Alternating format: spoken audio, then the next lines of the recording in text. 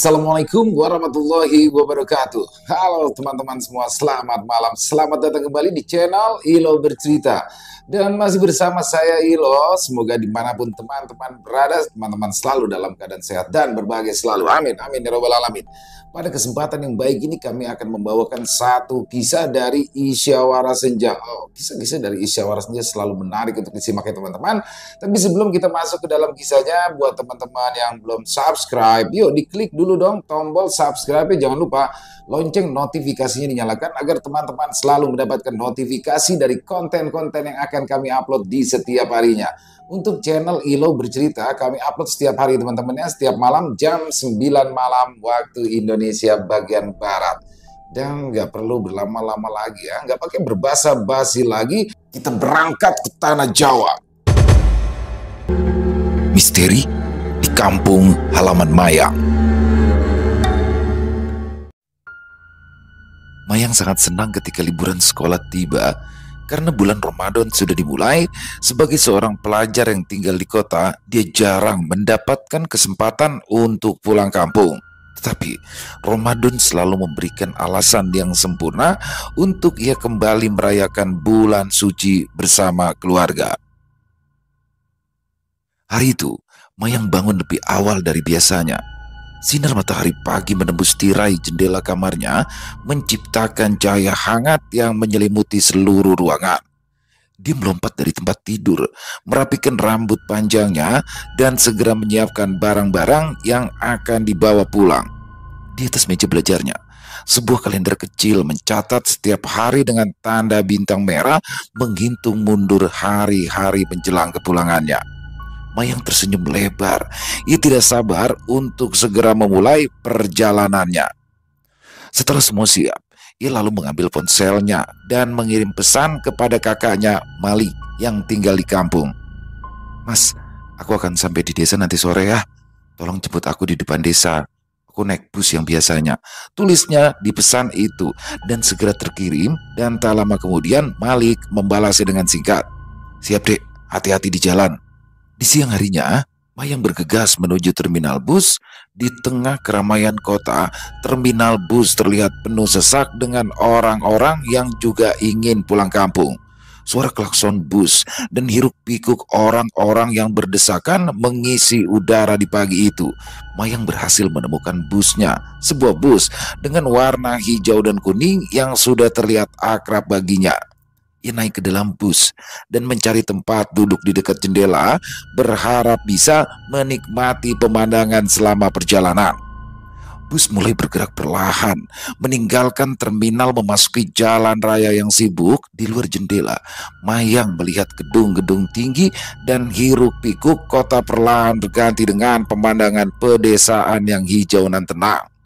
Semakin bus jauh melaju, semakin dekat ia dengan kampung halamannya. Perjalanan yang memakan waktu berjam-jam itu terasa lebih singkat dengan pikiran yang melayang, membayangkan suasana kampung. Ya, dia membayangkan rumah tua tempat ia dulu tumbuh besar dengan halaman luas yang penuh dengan tanaman bunga yang selalu dirawat oleh ibunya. Dia juga membayangkan suasana malam Ramadan di kampung dengan suara anak-anak bermain petasan dan aroma makanan khas yang menggoda. Saat matahari mulai terbenam, bus pada akhirnya tiba di jalan besar. Sebelum memasuki desa, Mayang turun dengan hati yang berbunga-bunga. Di depan gapura desa, Malik sudah menunggu dengan sepeda motornya. Malik dengan senyum lebar di wajahnya melambaikan tangan ketika ia melihat Mayang turun dari bus. "Dek," seru Malik. Mayang segera berlari sambil membawa tasnya yang berat karena diisi pakaian dan juga oleh-oleh. Malik lalu membantu membawakan tas Mayang, kemudian mengikatnya di belakang sepeda motor. "Ayo kita pulang. Ibu sudah menyiapkan makanan spesial untuk menyambutmu," kata Malik sambil menghidupkan mesin sepeda motor. Sepanjang perjalanan menuju rumah, Mayang menikmati udara segar pedesaan yang menyegarkan, jalan-jalan kecil yang berliku, serta pepohonan hijau di sekitarannya memberikan rasa damai yang tak pernah ia temukan di kota. Setiap sudut mengingatkannya pada kenangan masa kecil yang hangat dan penuh cinta. Mayang duduk di belakang Malik saat sepeda motor mereka melaju perlahan menyusuri jalan berdebu yang berliku untuk menuju rumah. Matahari senja memancarkan sinar kemasan yang menambah kehangatan sore itu. Aroma tanah yang khas dan segar dari sawah-sawah di sekitaran jalan menyambut kedatangan mereka. Burung-burung kembali ke sarangnya, menciptakan simfoni alam yang menenangkan. Dan ketika mereka melewati sebuah tikungan tajam, Mayang melihat rumah Mbah Kasni di kejauhan. Rumah kayu tua itu berdiri di atas tanah yang luas, tetapi terlihat sangatlah sepi. Halaman yang biasanya terawat dengan baik kini dipenuhi oleh daun-daun kering yang terlihat berserakan. Pintu depan yang selalu terbuka lebar sekarang tertutup rapat. Ayunan yang biasanya digantung di pohon mangga di depan rumahnya berayun perlahan tertiup oleh angin. "Mas, kenapa rumah Mbak Kasni jadi sepi begini?" tanya Mayang dengan nada prihatin. Matanya terus memandangi rumah itu seolah berharap melihat sosok Mbak Kasni muncul di beranda rumah seperti biasanya. Malik menghela nafas panjang sebelum menjawab. "Mbak Kasni sakit sebulan yang lalu, Dek.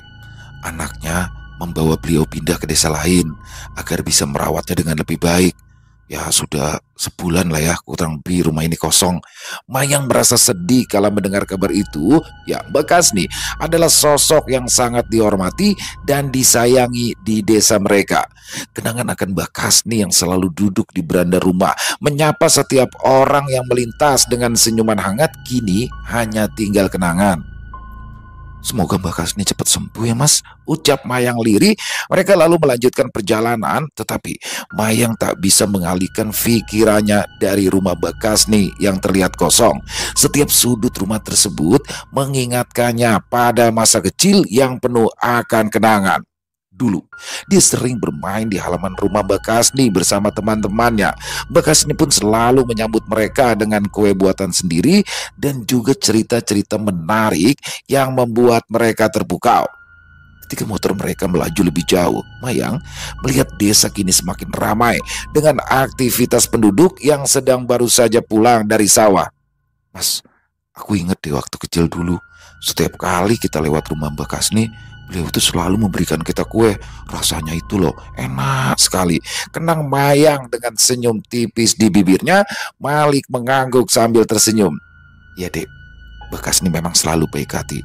Beliau suka memberikan kita kue lapis dan onde-onde setiap kali kita main ke sana. Semoga sekarang beliau mendapatkan perawatan yang terbaik di rumah anaknya." Mereka akhirnya tiba di rumah. Mayang melihat ibunya berdiri di depan pintu tersenyum menyambut kepulangannya. Mayang langsung berlari ke pelukan ibunya, merasakan kehangatan dan juga cinta yang selalu membuatnya merasa betah di rumah. Bagi Mayang, pulang kampung selalu menjadi momen yang teramat dalam di mana cinta dan kebersamaan keluarga menjadi pusat dari segalanya. Sambil menikmati makan malam, Mayang tak bisa berhenti memikirkan sosok Mbak Kasni. Dia berjanji dalam hati untuk mengunjungi Mbak Kasni saat nanti ada kesempatan. Kenangan akan sosok penuh kasih itu tidak akan pernah hilang dari ingatannya. Setelah selesai makan malam, Mayang akhirnya bisa beristirahat di dalam kamarnya sendiri setelah perjalanan panjang yang melelahkan. Kamar yang sudah lama ia rindukan itu masih sama seperti yang ia tinggalkan terakhir kali. Dindingnya dihiasi dengan poster-poster kenangan masa remaja dan di sudut ruangan terdapat meja belajar dengan beberapa buku yang sudah berdebu. Namun ada sesuatu yang berbeda malam itu.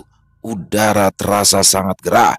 Meskipun kipas angin di sudut ruangan sudah berputar dengan kecepatan penuh, Mayang berbaring di atas tempat tidurnya, mencoba menemukan posisi yang nyaman. Keringat mulai mengalir di pelipis matanya, membuatnya merasa tidak nyaman.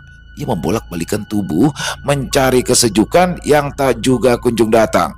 Dia melihat kipas angin yang berputar kencang, tetapi udara panas itu tetap saja membuatnya merasa gerah. Sesekali ia mengusap keningnya dengan sapu tangan, berharap bisa segera tertidur. Waktu pun berlalu dan rasa kantuk kini mulai merayap pelan-pelan. Matanya yang mulai berat perlahan menutup. Namun di tengah keheningan malam, telinganya menangkap suara yang memanggil-manggil namanya dari arah luar jendela. Mayang, Mayang. Suara itu terdengar lirih, tetapi cukup jelas untuk membuatnya terjaga. Mayang terkejut dan langsung duduk di atas tempat tidurnya. Ia mencoba menajamkan pendengaran, memastikan apakah suara itu memang benar-benar ada atau hanya halusinasinya saja. Mayang, suara itu terdengar lagi dan kali ini lebih jelas. Rasa penasaran dan sedikit takut mulai merasuk di benaknya. Ya, siapa yang memanggil-manggilnya di tengah malam seperti ini? Ia lalu berjalan pelan menuju jendela kamar, mencoba mengintip siapakah yang berada di luar. Cahaya bulan menerangi halaman rumah, tetapi ia tidak melihat siapapun. Mayang, suara itu kembali terdengar lebih dekat. Kali ini dia merasa ada sesuatu yang aneh, tetapi rasa penasaran membuatnya ingin membuka jendela dan mencari tahu. Tangannya yang sudah hampir menyentuh kait jendela itu ketika tiba-tiba pintu kamar terbuka. Ibunda Mayang masuk dengan tergesa-gesa, wajahnya terlihat cemas. Mayang, apa yang kamu lakukan, Dok? Seru ibunya dengan nada tegas. Mayang terkejut, gerakan tangannya pun langsung berhenti. Ibu, ibu kenapa masuk kamarku? Tanya Mayang heran. Ibunya mendekat sambil menarik tangan Mayang yang berada di jendela. Ibu itu mendadak kepikiran kamu. Tadi kenapa kamu mau buka jendela? Aduh, yang manggil-manggil namaku, Bu. Ibunya mengerutkan kening kala mendengar jawaban anaknya. Siapa yang manggil-manggil kamu tengah malam seperti ini toh? Mayang merasakan detak jantungnya semakin cepat. Ia teringat cerita-cerita mistis yang pernah ia dengar dari orang-orang desa tentang makhluk halus yang suka mengganggu manusia di malam hari. Apa jangan-jangan itu? Mayang di sini tidak menyelesaikan kalimatnya, tetapi ibunya mengangguk cepat memahami maksud dari ucapan anaknya. Ya, Dok, kita tidak tahu pasti, tetapi lebih baik berhati-hati. Sekarang yuk kembali tidur. Ibu akan nemenin kamu sampai kamu tidur ya, kata ibunya sambil membimbing Mayang kembali ke tempat tidur. Mayang berbaring di atas tempat tidurnya, sementara ibunya duduk di kursi dekat jendela mengawasinya dengan cemas. Kipas angin masih berputar kencang, tetapi udara terasa lebih bersahabat dengan kehadiran ibunya. Perlahan-lahan, rasa takut yang tadi menggelayuti pikirannya kini mulai menghilang. Mayang merasa lebih aman dengan ibunya berada di dekatnya. Malam semakin larut, Mayang akhirnya bisa memejamkan mata. Dia tertidur tenang, ditemani oleh suara lembut ibunya yang menyajikan kidung Jawa. Di luar angin malam berembus pelan, membawa kesejukan yang menenangkan. Kegelapan malam menyelimuti desa, tetapi di dalam kamar, Mayang merasa aman dalam pelukan kasih sayang ibunya. Keesokan harinya, Mayang bangun lebih awal daripada biasanya. Udara masih dingin dan gelap, menandakan hari baru yang masih malu-malu menampakkan dirinya. Setelah menunaikan ibadah sholat subuh, ia lalu memutuskan untuk menyapu halaman rumah yang dipenuhi dengan daun-daun kering pohon kersen. Meski suasana masih terasa sepi, Mayang merasa tenang dengan aktivitas pagi yang jarang dilakukannya.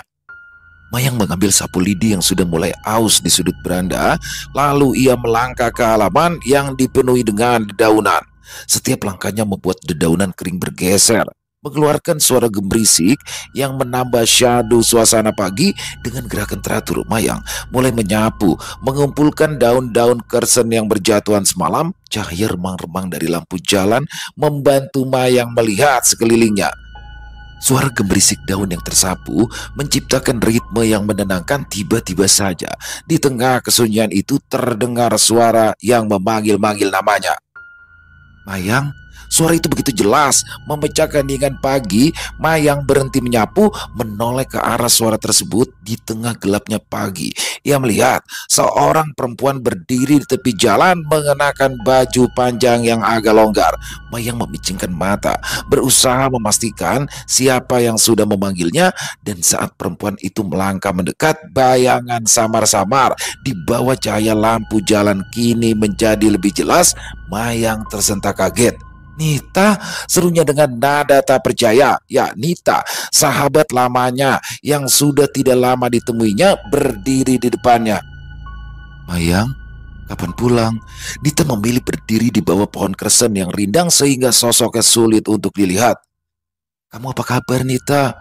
Kenapa kamu keluar pagi-pagi begini? Tanya Mayang, matanya berbinar-binar melihat sahabat lamanya. Nita tersenyum tipis. Aku baru pulang dari rumah suamiku. Tadi pagi aku jalan-jalan dan melihatmu sedang menyapu halaman. Jadi aku mampir untuk menyapa. Mayang tercengang. Dia baru tahu jika Nita sudah menikah. Selama ini mereka memang sudah lama tidak berkomunikasi, apalagi setelah Mayang melanjutkan sekolah menengah atas di kota. Kenapa tidak mengundangku? Tanya Mayang penuh kesal. Kamu sekolah. Aku tidak enak mengundangmu yang sedang belajar. Jawab Nita dengan nada sedikit kaku. Kamu keberatan aku datang pagi ini? Mayang tercenung sebentar saat merasakan nada suara Nita yang tidak seperti biasanya. Oh enggak apa-apa. Aku justru senang sekali kamu datang. Ayo masuk, kita ngobrol di dalam. Udara di luar masih dingin. Ajak Mayang sambil meletakkan sapu lidi di sudut beranda. Mereka berdua lalu masuk ke dalam rumah, melangkah melewati pintu yang sudah terbuka lebar. Suasana di dalam rumah lebih hangat dan nyaman. Mayang mengajak Nita untuk duduk di ruang tamu yang sederhana. Ia cepat-cepat menuju dapur untuk membuatkan minuman hangat. Dan tidak lama kemudian, Mayang kembali dengan 2 cangkir teh hangat yang mengepul, aromanya memenuhi ruangan. Mereka lalu duduk berhadapan-hadapan, menghirup teh sambil berbincang-bincang. Tepatnya, Mayang yang lebih banyak berbicara, sementara Nita hanya mengangguk atau menggeleng. Waktu berlalu tanpa terasa. Matahari mulai terbit, sinarnya menerobos masuk melalui jendela, mengusir sisa-sisa kegelapan malam.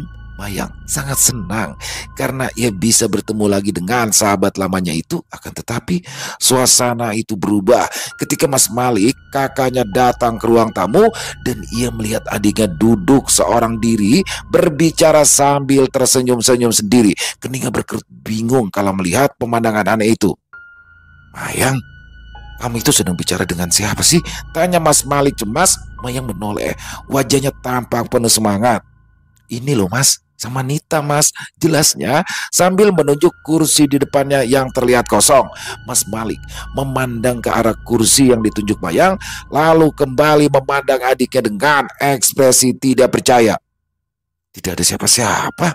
Mayang terkejut kalau mendengar perkataan Mas Malik. Maksud Mas apa? Ini loh Nita, jelas-jelas dia di sini. Dia pasti tersinggung loh dengar ucapanmu. Mas Malik menghela napas panjang. Ia berjalan mendekati Mayang, lalu duduk di sampingnya. Bangun May, jangan bilang kamu masih setengah tidur. Sejak tadi kamu itu cuma sendirian, tapi kau bilang ada Nita segala. Mayang menggelengkan kepala. Ia menatap kursi di seberangnya yang kini benar-benar kosong. Bahkan bayangan Nita pun kini sudah tidak ada. Mas Malik menatap mata adiknya dengan lembut. Mungkin kamu itu cuma membayangkan Nita ada di sini karena kamu yang kelewat perindukannya. Mayang terdiam sejenak. Ia mencoba mencerna kata-kata kakaknya. Apakah semua itu hanya hayalan? Tapi kesan hangat dari percakapan mereka, suara tawa dari Nita, semuanya terasa begitu nyata. Ia menggigit bibirnya karena bingung yang diiringi sedikit rasa takut. Mas, tadi aku benar-benar melihat dan ngobrol sama Nita. Masa iya aku cuma mimpi? Tanya Mayang dengan suara yang mulai bergetar. Mas Malik merangkul Mayang. Tidak apa-apa dek, mungkin kamu memang terlalu lelah setelah perjalanan panjang kemarin. Sudah, sana tidur lagi sampai badanmu terasa lebih segar. Nanti kita ngobrol lagi. Mayang mengangguk pelan. Ia merasa sedikit tenang dengan kehadiran kakaknya. Ia pun lalu kembali ke kamar, berbaring di tempat tidur sambil memikirkan kembali apa yang terjadi. Apakah mungkin semua itu hanya hayalannya semata? Atau mungkin ada sesuatu yang lebih daripada sekedar pertemuan biasa? Pikiran Mayang terus berputar, mencoba mencari penjelasan, namun pada akhirnya ia memutuskan untuk beristirahat, membiarkan dirinya tenggelam dalam kehangatan selimut. Ia menutup mata, berusaha melupakan kebingungan yang melanda pikirannya. Di ruang tamu, Mas Malik duduk seorang diri, memikirkan kejadian yang baru saja terjadi. Ia merasa khawatir, tetapi juga penasaran. Apakah benar adiknya hanya berhalusinasi atau ada sesuatu yang lebih daripada sekedar kelelahan? Pikirannya berkecamuk, tetapi ia memutuskan untuk membiarkan waktu yang akan memberikan jawaban. Siangnya, matahari bersinar terik, menciptakan bayang-bayang panjang di halaman rumah. Mayang sedang duduk di beranda, mencoba menenangkan pikirannya yang masih penuh dengan kejadian aneh tadi pagi. Angin sepoi-sepoi berembus lembut, membawa sedikit kesejukan di tengah teriknya hari. Mayang, sini sebentar, Dek, panggil ibunya dari dalam rumah. Mayang segera bangkit dan berjalan masuk ke dalam rumah. Ibunya duduk di kursi ruang tamu dengan ekspresi serius. Mayang merasakan ada sesuatu yang penting yang ingin dibicarakan oleh ibunya. Ya, Bu, ada apa? Tanya Mayang, lalu ia duduk di sebelah ibunya. Ibunya menatapnya dengan lembut tetapi penuh perhatian. Ibu mau tanya lagi soal kejadian tadi pagi. Kamu bilang kamu ketemu sama Nita ya? Mayang mengangguk meski masih ada sedikit kebingungan di wajahnya. Ya, Bu, tadi pagi aku ketemu sama Nita. Kami ngobrol-ngobrol sebentar sebelum Mas Malik datang dan bilang kalau aku bicara sendiri. Ibunya menghela nafas panjang, seolah-olah ia sedang mencari kata-kata yang tepat untuk diucapkan. Mayang, begini, Dok. Ada kabar kalau Nita itu sudah kabur dari rumah suaminya sekitar 1 bulan yang lalu. Mayang terkejut kala mendengar kabar tersebut. Kabur? Kabur kenapa, Bu? Apa yang terjadi? Ibunya menggeleng pelan, menatap Mayang dengan penuh keprihatinan. Ibu juga tidak tahu pasti. Yang jelas, sejak sebulan yang lalu, Nita itu tidak lagi tinggal bersama suaminya. Beberapa orang bilang dia mungkin sudah pulang ke rumah orang tuanya sendiri, tetapi orang tuanya menyangkal keberadaan Nita. Mayang merasa dadanya kini berdebar-debar. Jadi, mungkin Nita yang aku temui tadi pagi benar-benar dia ya, Bu? Mungkin saja, Dok, jawab ibunya dengan suara lembut. Tapi ibu juga tidak yakin, karena sampai saat ini belum ada kabar yang pasti tentang keberadaan Nita. Mayang termenung. Ia mencoba mencerna informasi yang baru didengarnya. Jika memang benar Nita sudah kembali ke rumah orang tuanya, itu berarti pertemuannya tadi pagi bukanlah hayalan. Tetapi mengapa Nita kabur dari rumah suaminya? Pertanyaan-pertanyaan itu terus berputar-putar di kepala Mayang. Bu, apa mungkin aku harus mencari Nita ke rumah orang tuanya ya? Ya mungkin saja dia sedang butuh bantuan. Tanya Mayang dengan nada penuh kekhawatiran. Ibunya menatap dengan lembut, meletakkan tangan di bahu Mayang. Kita tidak tahu pasti apa yang terjadi, Dok. Mungkin lebih baik kamu itu sementara tetap di rumah dulu. Mayang mengangguk pelan meskipun hatinya masih merasa cemas. Siang terus berlanjut, tetapi pikiran Mayang tetap tertuju pada Nita. Ia berusaha melakukan kegiatan sehari-harinya seperti biasa, tetapi bayangan wajah Nita dan percakapan mereka tadi pagi terus saja menghantui-nya. Setelah semua pekerjaan rumah selesai, Mayang lalu duduk di kamarnya sambil merenung. Ia berdoa agar Nita baik-baik saja dimanapun dia berada. Makan dulu, Mayang, tegur ibunya sambil mengetuk pintu kamar Mayang. Ibu itu loh sudah nyiapin makanan kesukaan kamu. Mayang baru saja selesai makan malam bersama keluarganya dan tiba-tiba terdengar suara ketukan di pintu depan cukup keras dan terburu-buru. Ayah Mayang bangkit untuk membukakan pintu dan betapa terkejutnya mereka saat melihat kedua orang tua Nita berdiri di ambang pintu. Wajah mereka penuh dengan kecemasan. Pak, Bu, ayo monggo silakan masuk. Ajak ayah Mayang mempersilakan tamu mereka duduk di ruang tamu. Ibunda Nita, Bu Sari, langsung memegang tangan Mayang dengan erat. Matanya memancarkan keputusasaan yang mendalam. Dek Mayang, ibu dengar dari tetangga kalau kamu ketemu Nita pagi tadi. Tolong ceritakan semuanya, Nak. Pintanya dengan suara parau. Mayang menelan ludah, merasa beban yang berat ada di pundaknya. Iya, Bu, tadi pagi Nita nyapa aku saat aku sedang nyapu halaman. Kami sempat ngobrol sebentar, tapi aku nggak tahu kalau Nita punya masalah. Aku pikir dia cuma ya mampir sebentar gitu.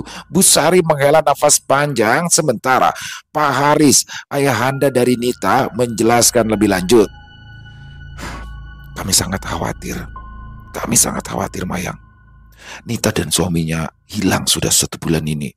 Mereka itu terlilit hutang yang cukup besar dan sedang dicari-cari oleh para rentenir.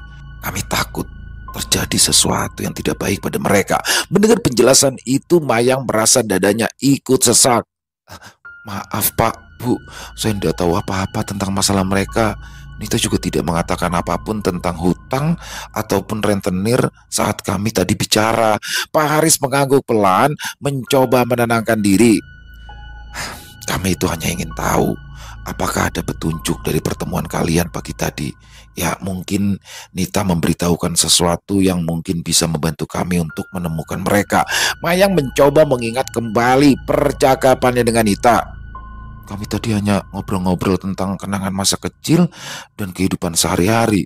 Tidak ada yang mencurigakan atau yang aneh. Bu Sari tidak bisa lagi menahan air matanya. Kami sangat cemas, Mayang. Para rentenir itu bisa sangat kejam. Kami takut sesuatu yang buruk akan menimpa Nita dan juga suaminya. Ayahanda Mayang mencoba memberikan semangat kepada mereka. Kita harus tetap berpikir positif, berdoa agar mereka ditemukan dengan selamat. Ya, mungkin saja ada petunjuk lain yang bisa kita temukan. Kita juga bisa meminta bantuan warga untuk mencari dan menggali informasi lebih lanjut. Mayang merasa sangat bersalah meskipun tahu bahwa dia tidak bisa berbuat banyak. Pak, Bu, saya akan membantu sebisa saya. Jika nanti Nita kembali atau mencoba menghubungi saya lagi, saya akan segera memberitahukan kepada Bapak maupun Ibu. Pak Haris mengangguk. Ia merasa sedikit terhibur oleh kata-kata Mayang. Terima kasih, Nak Mayang. Kami hanya bisa berharap dan berdoa agar mereka selamat. Jika kamu memang mendengar sesuatu, tolong segera beritahu kami. Setelah itu kedua orang tua Nita pulang. Suasana rumah Mayang kini menjadi hening. Semua orang tenggelam dalam pikiran masing-masing, terutama Mayang yang merasa ada beban berat di hatinya. Suasana kampung semakin tenang setelah Isya. Mayang merasakan perutnya keroncongan lagi walau ia baru saja selesai makan. Sepertinya memikirkan masalah Nita justru membuatnya mudah lapar. Ia lalu memutuskan untuk keluar rumah dan membeli camilan di warung Biisa yang terletak tidak jauh dari rumah. Mayang mengenakan jaket dan sandal jepit. Ia berjalan menyusuri jalanan kampung yang gelap, hanya diterangi oleh lampu jalan yang berkelap-kelip di kejauhan serta senter yang dipinjam dari sang ayah. Suara jangkrik terdengar nyaring menambah kesan sepi di malam hari. Mayang melangkah dengan hati-hati. Ia tidak ingin menempuh jalan yang terlalu sepi. Sesampainya di warung Biisa, ia disambut oleh cahaya yang menerangi area sekitaran warung. Warung itu warung sederhana dengan beberapa lampu gantung yang memberikan cahaya hangat di tengah malam. Biisa, sang pemilik warung yang sudah tua itu, sedang duduk di kursi kayu di depan warung menikmati secangkir teh hangat. Bi, ada roti? Tanya Mayang sambil mendekat. Biisa menoleh dan tersenyum ramah. Ada Nduk. Pilih yang kamu suka yang mana. Mayang memilih beberapa potong roti dan membayar dengan uang yang sudah ia siapkan. Setelah mendapatkan cemilan, ia lalu memutuskan untuk segera kembali ke rumah. Dalam perjalanan pulang, rasa lapar membuatnya sedikit tidak sabaran. Ia menyantap sepotong roti sambil berjalan pelan. Langkahnya terhenti saat Mayang melihat dua sosok yang melintas dengan cepat di depan matanya. Mereka berboncengan di atas sepeda motor melintas dengan kecepatan yang tinggi. Mayang mengerutkan kening, mencoba melihat lebih jelas. Jantungnya berdetak cepat ketika ia mengenali salah satu dari sosok itu. Ya, di bawah penerangan cahaya seadanya, Mayang bisa mengenali sosok perempuan yang sangat mirip dengan sosok Nita. Hanya saja wajahnya kini tampak berbeda dari biasanya. Nita yang biasanya ramah dan juga ceria itu kini tampak sangat menyeramkan. Wajahnya pucat dan tatapan matanya kosong, seolah tidak menyadari apa yang tengah dilakukannya. Bibirnya terkatup rapat, terlihat sangat gelap, entah pengaruh cahaya yang kurang atau karena warna bibirnya yang menghitam. Lelaki yang membawa sepeda motor itu juga tidak kalah menakutkan. Wajahnya hanya samar-samar terlihat dari balik helm yang dikenakannya, tetapi gerak-geriknya menunjukkan rasa gelisah. Mereka melaju dengan cepat, melintas di depan Mayang seolah tidak melihat keberadaannya. Mayang terkejut, dia bahkan hampir kehilangan keseimbangan dan hampir terjatuh karena kaget. Ia memandang ke arah mereka. Sepeda motor itu sudah terlalu jauh untuk dikejar. Rasa takut dan cemas mulai menghantui pikirannya. Ia mencoba menenangkan diri sambil terus berpikir apakah yang dilihatnya tadi itu benar-benar Nita atau hanya sekedar ilusi. Dengan hati berdebar, Mayang memutuskan untuk segera pulang ke rumah. Langkahnya tergesa-gesa, roti yang baru dibelinya hampir terjatuh dari tangannya. Sesampainya di rumah, Mayang langsung menuju ruang tamu dengan nafas terengah-engah. Ayah dan ibunya melihat kecemasan di raut wajah Mayang. "Ada apa, Nak? Kenapa kelihatan ketakutan?" Mayang menceritakan kejadian yang baru saja dialami. Tadi aku lihat Nita lagi boncengan dengan seorang lelaki. Tapi wajah Nita itu tadi tampak sangat menyeramkan, seperti kuntilanak." "Shh, jaga omonganmu." Ayah Mayang membelalakan mata kala mendengar ucapan anaknya barusan. "Tapi Mayang serius. Tadi aku sampai merinding kalau ingat mukanya Nita," bantah Mayang seraya memperlihatkan bulu roma di lengannya yang merembang karena ketakutan. Sudah, jangan dibicarakan lagi. Cepat tidur sana," serga ibunya sambil menggandeng tangan Mayang agar segera masuk ke kamar. Ibu juga tidak percaya sama cerita Mayang. Mayang protes saat masuk kamar. Ibunya memandang Mayang lalu berbisik, "Kalau benar yang kamu katakan tadi, itu berarti Nita sudah meninggal. Bahaya kalau sampai kedengaran ibu dan bapaknya. Mereka pasti menuduhmu sudah berkata yang bukan-bukan." Mayang tercengang lalu mengakui apa yang diucapkan ibunya itu memang benar. Dia berusaha menekan rasa takutnya, tetapi memaksa ibunya agar menemaninya tidur. "Dok, belikan ikan dan sayur di pasar ya," ibunya berseru keesokan paginya saat Mayang baru saja selesai mandi. Mayang menerima tugas itu dengan senang hati. Ya, pasar desa selalu ramai. Ada banyak makanan yang dijual di sana sehingga nanti Mayang bisa jajan sepuasnya. Di tengah keramaian pasar, Mayang menyusuri lorong-lorong kecil sambil mencari bahan makanan. Ia lalu berhenti di kios sayur milik Bu Murni, salah satu pedagang sayur yang terkenal dengan keramahannya. Di kios Bu Murni, beberapa ibu-ibu sedang berkumpul, berbincang-bincang sambil memilih sayuran dan buah-buahan. Suara mereka yang ramai saling bersahutan menambah suasana hangat di pagi itu. Mayang bergabung dengan mereka sambil melirik sayuran segar yang dipajang. Mayang, disuruh ibu belanja," sapa Bu Murni dengan senyuman lebar. "Iya Bu, mumpung Mayang lagi liburan jadi menggantikan tugas Ibu Mayang belanja di pasar deh," balas Mayang sambil mengambil beberapa tomat dan cabai. "Ramai sekali ya Bu." "Pagi ini memang ramai. Ada berita terbaru loh dari desa," kata Bu Tatik, salah seorang ibu yang sedang memilih-milih jagung. "Kamu sudah dengar tentang kabar Nita?" Mayang tercekat kemudian menoleh penuh rasa ingin tahu. "Belum Bu, memangnya ada apa ya?" "Jadi begini," kata Bu Tini dengan suara berbisik. "Ada desas-desus yang beredar kalau Nita sama suaminya itu bertengkar hebat sebelum mereka berdua hilang. Suaminya itu loh kan sering main judi sampai terlilit utang." Bener itu," timpal Bu Lilis yang juga ikut dalam obrolan. "Ya aku denger-denger katanya, denger-denger loh. Mereka itu sering ribut soal duit. Nita marah besar karena suaminya terus main judi dan tidak bisa bayar utang." Mayang langsung mengerutkan dahi. Bu Murni pun menambahkan, "Ya katanya sih sebelum mereka hilang ya, Nita itu sempat ngancem mau pergi dari rumah kalau suaminya tidak berhenti main judi. Nita itu bahkan bilang loh mau pulang ke rumah orang tuanya untuk mengadukan kelakuan suaminya." Bu Tini mengangguk setuju. Ada juga loh Bu yang bilang Nita itu sampai terpaksa kabur dari rumah. Tapi ini ada yang bilang ya, dia mungkin dibunuh oleh suaminya karena terdesak oleh hutang. Mayang merasa hatinya bergetar kala mendengar semua cerita ini. Dibunuh? Lo bisa jadi loh, jawab Bu Murni dengan nada khawatir. Apalagi kan itu suaminya loh sudah terjerat utang banyak dan ya mungkin aja pendek akal orang tidak punya jalan keluar. Bu Lilis menambahkan, "Oh, aku juga dengar loh dari tetanggaku kalau suaminya Nita itu sudah beberapa kali diperingatkan sama rentenir. Mayang meninggalkan kios sayur itu dengan perasaan campur aduk. Meski tidak memiliki informasi yang jelas, Mayang merasa khawatir akan nasib Nita.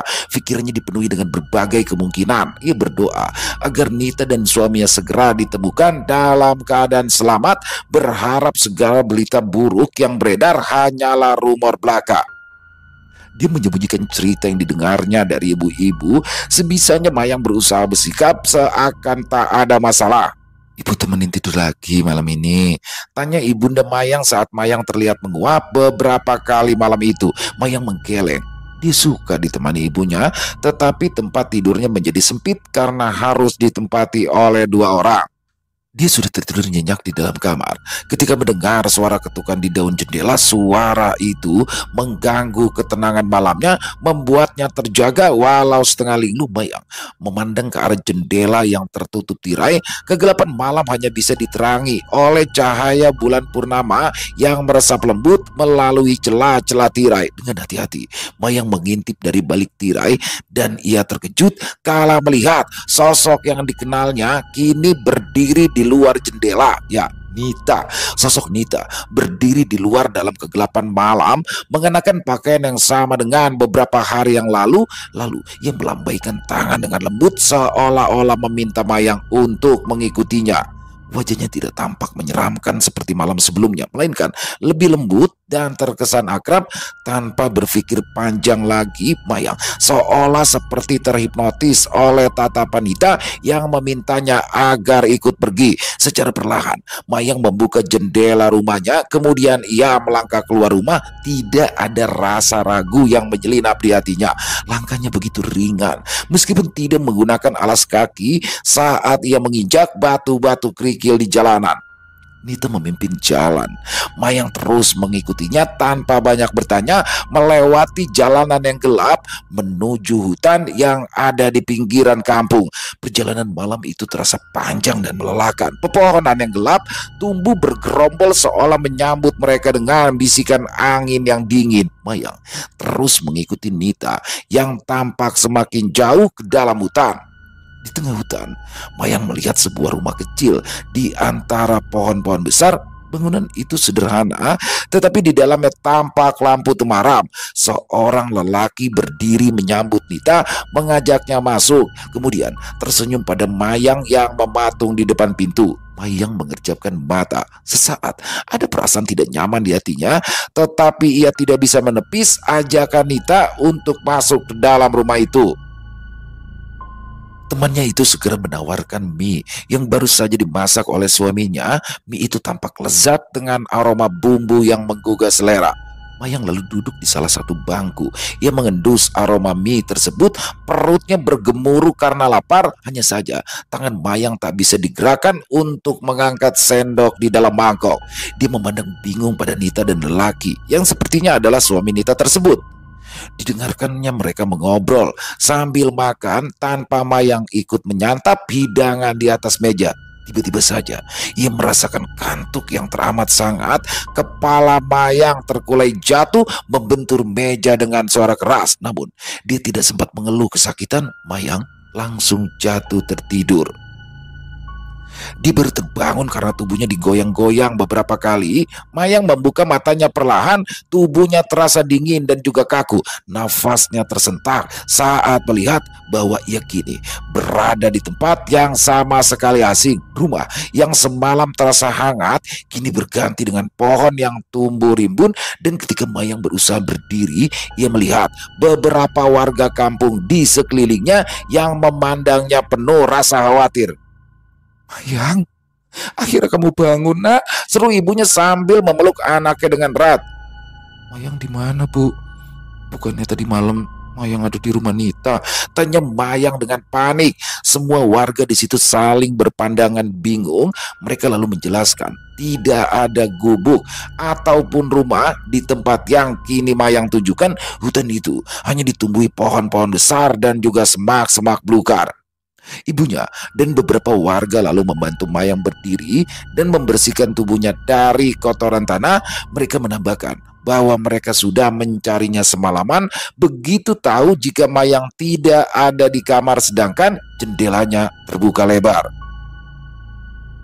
"Kenapa kamu itu keluar rumah malam-malam, Dok?" Ibunya memukul lengan Mayang agak kesal. Mayang memegangi lengannya. "Mayang diajak Nita pergi, Bu." Nita. Warga yang mendengar pertanyaan Mayang justru ikut bertanya. Mereka kembali berpandangan kalut karena Mayang berulang kali menyebut nama Nita. Mereka menenangkannya, memberikan Mayang air minum sampai ia menjadi lebih tenang, dan setelah keadaan membaik, barulah mereka bertanya lagi tentang kejadian yang dialami Mayang tadi malam. "Bau apa ini?" Pak RT mengendus bau busuk yang datang bersama dengan angin yang bertiup ke arah mereka. Mayang dan ibunya juga mencium bau yang sama. Mereka menutup hidung rapat-rapat, berusaha menahan muntah karena bau bangkai yang begitu kuat. "Mungkin ada tikus mati," celetuk salah seorang warga. Pak RT menggeleng. Ya, bau yang mereka cium kala itu sangat busuk, mustahil. Kalau itu adalah tikus yang mati, sekelompok warga yang dipimpin oleh Pak Ahmad sebagai ketua RT bergerak menuju arah yang sepertinya menjadi asal bau itu. Suasana hutan terasa semakin mencekam, hanya dipecahkan oleh suara langkah kaki yang teredam oleh dedaunan basah di antara pepohonan yang menjulang tinggi. Pak Ahmad dan warga lain berhati-hati menyusuri jalur sempit yang tampak semakin padat oleh tumbuhan liar. Mereka terus melangkah sambil memandang ke segala arah. Bau itu semakin kuat seiring beberapa orang bahkan sudah tidak bisa menahan muntah. Pak Ahmad mempercepat langkahnya untuk menuju ke sumber bau tersebut. Pada akhirnya mereka pun tiba di sebuah area yang terbuka di mana mereka menemukan tubuh Nita dan juga tubuh suaminya yang tergantung di sebuah cabang pohon. Tubuh mereka sudah membusuk. Bau yang sangat menyengat tadi menyebar di sekitaran area. Keadaan ini membuat warga terkejut sekaligus ngeri. Mayat Nita dan suaminya tergantung di tali tambang berwarna kuning. Kulit tubuh mereka mengeriput disertai warna tubuh yang sudah berubah menjadi kehitaman. Pak Ahmad dan beberapa warga segera mengidentifikasi mereka sebagai Nita dan suaminya berdasarkan dari pakaian dan ciri-ciri fisik yang masih bisa dikenali meski dalam keadaan yang sudah sangat-sangat buruk. Mereka bunuh diri. Pak Ahmad tak bisa menutupi tubuhnya yang gemetaran kala melihat pemandangan tersebut. Salah seorang warga bahkan langsung ambruk pingsan karena ketakutan. Warga lain terpaksa membopongnya untuk meninggalkan hutan. Mereka membawanya kembali ke desa seraya melaporkan penemuan tersebut ke kantor polisi. Hutan yang biasanya sepi hari itu menjadi hiruk pikuk. Hampir seisi desa pergi ke sana untuk menyaksikan tragedi tersebut. Polisi segera datang untuk memeriksa lokasi dan membawa jenazah pasangan malang itu, dan setelah dilakukan pemeriksaan pada akhirnya dinyatakan mereka berdua meninggal dunia dikarenakan bunuh diri. Mayang shock. Dia sudah curiga jika temannya itu sudah meninggal, tetapi tidak pernah terlintas dugaan bahwasanya Nita dan suaminya itu akan meninggal dunia dengan cara tragis seperti itu. Dia pun semakin terkejut saat ia bertemu dengan Bakasni. Perempuan tua tersebut mengaku menyaksikan sendiri ketika Nita dan suaminya mengakhiri hidupnya. "Aku sedang mencari kayu bakar di hutan ketika melihat mereka kelojotan meregang nyawa," tutur Bakasni sambil mengusap air mata. "Aku itu sebenarnya ingin menolong, tapi apa kekuatanku, malah aku jatuh sakit sampai berminggu-minggu setelah melihatnya." Mayang tidak bisa menyalahkan Bakasni, terlebih lagi saat ia tahu perempuan tua itu sempat dirawat di rumah sakit karena sakit parah. Semua misteri itu pada akhirnya terjawab, dan Mayang hanya bisa mendoakan agar arwah Nita tenang di alam sana, karena kini jenazah Nita dan juga suaminya sudah dikuburkan secara layak.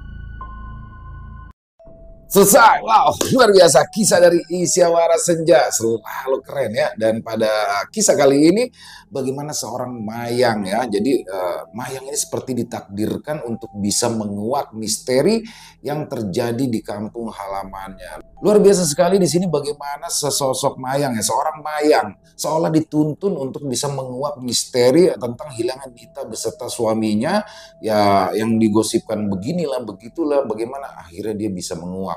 Mayang sendiri mungkin kalau menurut saya nih seperti ada kelebihan juga ya, tapi dia belum menyadarinya saja. Dan tapi kalau saya lihat orang tuanya seperti kayak udah tahu gitu ya, menyadari bahwasanya anaknya ini memiliki kelebihan itu. Dan kebetulan Nita adalah sahabat baiknya, dia seolah dituntun untuk bisa menemukan jasad dari Nita beserta suaminya yang ternyata berada di tengah hutan. Motivasinya apa ya kurang paham juga bagaimana mereka akhirnya mengakhiri hidupnya ya berdua secara bersamaan. Ya itulah teman-teman. Banyak sekali yang bisa kita ambil dalam kisah barusan, terutama bagaimana kita menghadapi apa ya masalah yang ada dalam kehidupan. Jadi setiap kita masih bernafas, setiap kali hembusan nafas kita pasti akan ada selalu masalah. Cuma saya suka kata-kata yang begini ya. Sebenarnya bukan berat atau tidaknya masalah kita, tapi bagaimana kekuatan kita untuk menghadapi masalah itu. Lebih-lebih ke situ ya mungkin teman-teman. Jadi ya termasuk saya, mungkin teman-teman semua akan punya masalah, selama kita masih hidup akan punya masalah, cuma bagaimana kita bisa menghadapi masalah ini, bagaimana kita harus bisa menghadapi dengan bijak ya dan menyelesaikannya dengan baik, dan semoga kita semua selalu dijauhkan dari hal-hal buruk. Amin amin ya rabbal alamin. Dan sekali lagi terima kasih buat Isyawara Senja atas kisahnya yang luar biasa. Dan semoga saja kisah barusan bisa menghibur teman-teman semua, para pecinta penikmat horor misteri. Lebih khusus lagi kepada para subscriber dari channel Ilo Bercerita. Buat teman-teman mungkin yang punya komentar lain, mungkin yang punya pendapat lain, silakan bisa menuliskannya di dalam kolom komentar. Ataupun hanya sekedar saling menyapa, insya Allah kami akan menjawabnya satu persatu. Dan buat teman-teman yang suka dengan videonya bisa diklik tombol like-nya ya, tombol jempolnya, atau boleh juga dong di-share link videonya ini ke teman-teman yang lain agar juga ikut merasa terhibur. Dan buat teman-teman sekali lagi buat yang belum subscribe, jangan lupa yuk diklik tombol subscribe, lonceng notifikasinya juga dinyalakan agar teman-teman selalu mendapatkan notifikasi dari konten-konten yang akan kami upload di setiap harinya. Dan kami juga ingin mengucapkan terima kasih ya kepada seluruh teman-teman yang sudah selalu hadir setiap harinya, yang sudah selalu setia untuk mendukung kami. Karena kehadiran teman-temanlah kami selalu bersemangat berkarya di setiap harinya. Oh iya, buat teman-teman mungkin yang punya kisah horor misteri ya, yang apabila mungkin berkenan dibawakan di channel kami, silakan bisa mengirimkannya ke nomor telepon yang ada di sini, dan bebas dalam bentuk tulisan boleh, dalam bentuk rekaman suara boleh, senyamannya teman-teman aja. Buat teman-teman yang sudah mengirimkan kisah, kami ucapkan terima kasih. Dan buat teman-teman yang sudah mengirimkan kisah tapi belum sempat dibawakan, harap bersabar ya, karena harus melalui proses penggarapan terlebih dahulu agar bisa lebih dinikmati lagi oleh teman-temannya yang lain. Dan di akhir kata, saya Ilo mengucapkan permohonan maaf apabila mungkin dalam pembawaan kisahnya ada kata-kata saya yang salah, ataupun ada kata-kata saya mungkin yang kurang berkenan di hati teman-teman. Saya mohon dibukakan pintu maaf yang seluas-luasnya, dan sampai berjumpa lagi di konten-konten kami selanjutnya yang pasti tidak kalah serunya, yang pasti tidak kalah horornya. Masih bersama saya Ilo di channel Ilo Bercerita. Salam sehat selalu untuk kita semua. Wassalamualaikum warahmatullahi wabarakatuh.